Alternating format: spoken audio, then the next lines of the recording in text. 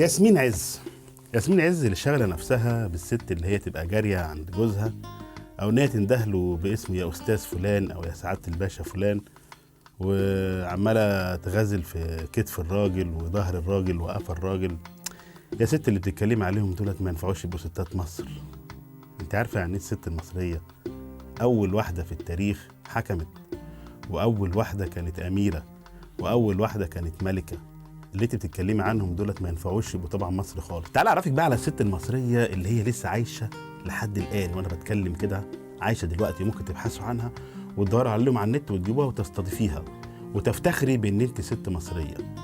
عندنا مثلا اميره غريب. اميره غريب ديت في بولاق ابو العلا، دي واحده ست سيده جميله جدا قررت ان هي تبقى مأذون شرعي. في واحده كمان اسمها سميه بسيوني زيدان، دي بقى عملت حاجه غريبه. دي بنت عندها 26 سنه وموجوده برضو، كل اللي هكلمك عنهم دولت موجودين لحد دلوقتي. سميه دي يا ستي قررت ان هي تبقى صناعيه لحام تحت الميه. طبعا الرجاله فاهمين يعني ايه ان انت تغطس تحت الميه. الكباري اللي بتتعمل والطرق اللي بتعدي على النيل والميه وكده بينزلوا تحت عشان يلحموا المسامير ويلحموا الحديد في بعض. ايات عبد المعطي عندها 33 سنه وفتحت ورشه نجاره، يعني بتتعامل مع المنشار وبتتعامل مع الشنيور وبتتعامل مع الصواريخ اللي احنا اساسا انا واحد من الناس بخاف امسك حاجه زي كده لا تعورني.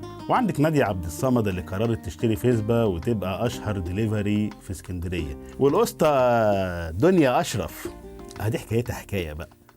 دنيا دي اللي فاتحه ورشه ميكانيكا. عارفه حضرتك يعني ايه ورشه ميكانيكا؟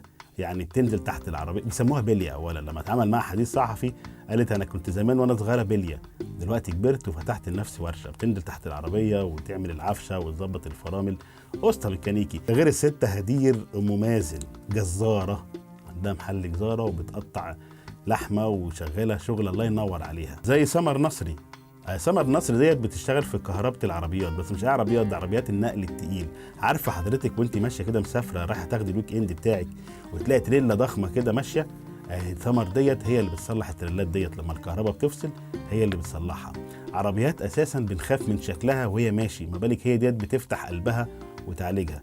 تحيه للبنت سمر الجميله اللي هي تفوقت في مهنتها وبقت مشهوره جدا في عالم كهربة السيارات، النقل التقيل. نرمين ناجح من الشباب الجميل جدا اللي اشتغلت في النقاشه، تمسك كده سكينه المعجون وترفع السلم وتدهن السقف والحيطان وتظبط اجدعها شقه. زي هاجر اشرف. هاجر اشرف دي بيسموها كده في الصعيد المعلمه زلطه، لان هي برضو بتشتغل في النقاشه وبنت شاطره جدا ومحبوبه وكله بياخدها في شغله. كمان بيفتخروا يقولوا ايه، انا اللي عمل لي الشقه ديت المعلمه زلطه. وهختم بقى كلامي بمنار وندى وامهم، 3 ستات فاتحين مصنع رخام وبيعملوا شغل رخام، شغل صعب.